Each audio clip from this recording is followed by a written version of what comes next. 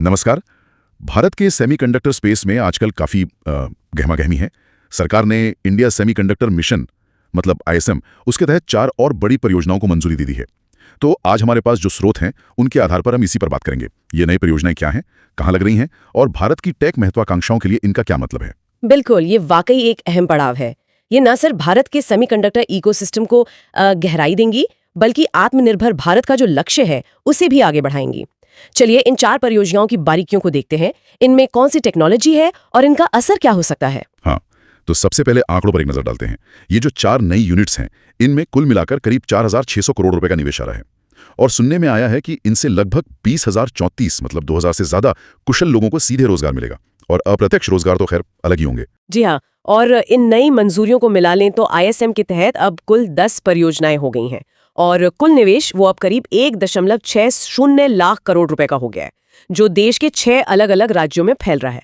ये सिर्फ संख्या नहीं है, ये बढ़ता हुआ विश्वास भी दिखाता है। और ये निवेश इसलिए भी जरूरी है क्योंकि हम देख रहे हैं telecom, automotive, data centre, consumer electronics, इन सब सेक्टरों में चिप्स की मांग लगातार बढ़ रही है ना। निश्चित रूप से ये परियोजनाएं सीधे तौर पर इसी बढ़ती मांग को पूरा करने में मदद करेंगी।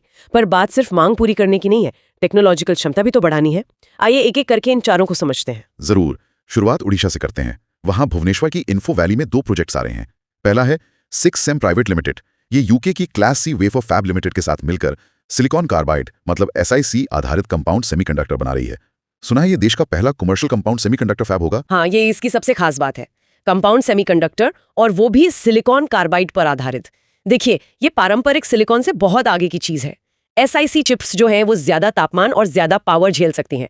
सोचिए मिसाइल, रक्षा उपकरण, इलेक्ट्रिक गाड़ियां मतलब EVs, तेज रफ्तार ट्रेनें, फास्ट चार्जर, बड़े data centre, solar power inverter, इन सब के लिए ये समझिए गेम चेंजर है। अच्छा। और इस फैब की सालाना क्षमता भी अच्छी खासी है, 60,000 वेफर्स और पैकेजिंग करीब 9.6 करोड़ यूनिट की। ये भारत को सीधे अगली पीढ़ी की पावर इलेक्ट्रॉनिक्स में स्थापित करता है। कमाल है। और उड़ीसा में ही दूसरी परियोजना भी है 3D ग्लास सॉल्यूशंस इंक की। ये एडवांस पैकेजिंग और एम्बेडेड ग्लास सबस्ट्रेट यूनिट लगा रही है। सुनने में तो ये भी आया है कि ये दुनिया की सबसे एडवांस पैकेजिंग तकनीकों में से एक भारत ला रही है। ये एडवांस पैकेजिंग क्या चीज है, थोड़ा समझाएंगी? हाँ, ये बहुत दिलचस्प है।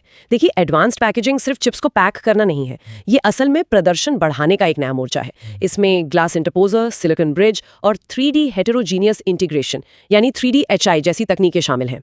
आसान भाषा में समझें तो 3D HI का मतलब है अलग अलग तरह की चिप्स को एक के ऊपर एक परत की तरह जोड़ना, जैसे बिल्डिंग ब्लॉक्स होते हैं ना, जिससे वो ज्यादा कुशलता से और तेजी से काम कर सकें। अच्छा, जैसे मल्टी स्टोरी बिल्डिंग। हाँ, कुछ वैसा ही समझ लीजिए चिप्स के लिए। और ये AI, high performance computing, 5G 6G communications, रक्षा और ऑटोमोटिव जैसे क्षेत्रों के लिए बिल्कुल जरूरी है। इसकी क्षमता भी काफी बड़ी है, सालाना करीब 69,600 ग्लास पैनल सबस्ट्रेट और 5 करोड़ असेंबल यूनिट्स। मतलब चिप्स को और स्मार्ट तरीके से पैक करके उनकी ताकत बढ़ाना। वाह। अब ओडिशा के बाद कहानी आगे बढ़ती है आंध्र प्रदेश में।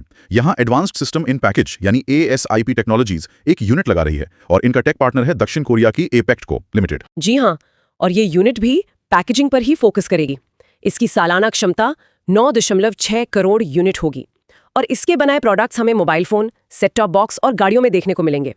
तो ये दिखाता है कि भारत हाई एंड के साथ साथ बड़े वॉल्यूम वाले सेगमेंट में भी अपनी जगह बना रहा है। सही बात है। और फिर लिस्ट में चौथी और आखिरी परियोजना वो पंजाब के मोहाली में है। Continental device India private limited CDIL। ये अपनी मौजूदा फैसिलिटी का विस्तार कर रहे हैं। हाँ, CDIL तो भारत की जानी मानी कंपनी है सेमीकंडक्टर में। हाँ। और ये विस्तार हाई पावर डिस्क्रीट डिवाइसेस पर केंद्रित है, जैसे कि MOSFETs, IGBTs, डायोड्स और ट्रांजिस्टर्स। और ये सिलिकॉन और सिलिकॉन कार्बाइड दोनों पर आधारित होंगे। इनकी सालाना क्षमता करीब 15.83 करोड़ यूनिट होगी। ये डिवाइस खासकर EV charging infrastructure, solar panels और पावर सप्लाई जैसे तेजी से बढ़ते बाजारों के लिए बहुत जरूरी हैं। तो अगर हम इन चारों को एक साथ देखें तो ये सिर्फ उत्पादन बढ़ाने की बात नहीं है। ऐसा लग रहा है कि भारत तकनीक के मामले में भी एक बड़ी छलांग लगा रहा है। पहला कमर्शियल कंपाउंड सेमीकंडक्टर फैब, दुनिया की बेहतरीन पैकेजिंग तकनीक और हाई पावर डिवाइसेस में विस्तार। लेकिन एक सवाल मन में आता है, क्या इन एडवांस तकनीकों के लिए हमारे पास मतलब देश में पर्याप्त कुशल लोग हैं? ये बहुत वाजिब सवाल है और सरकार इस पर भी ध्यान दे रही है, ऐसा लगता है। देखिए, ये परियोजनाएं अकेले काम नहीं करेंगे। देश में पहले से ही चिप डिजाइन पर जोर दिया जा रहा है, जिसके तहत 278 शैक्षणिक संस्थानों और 72 स्टार्टअप्स को मदद मिल रही है।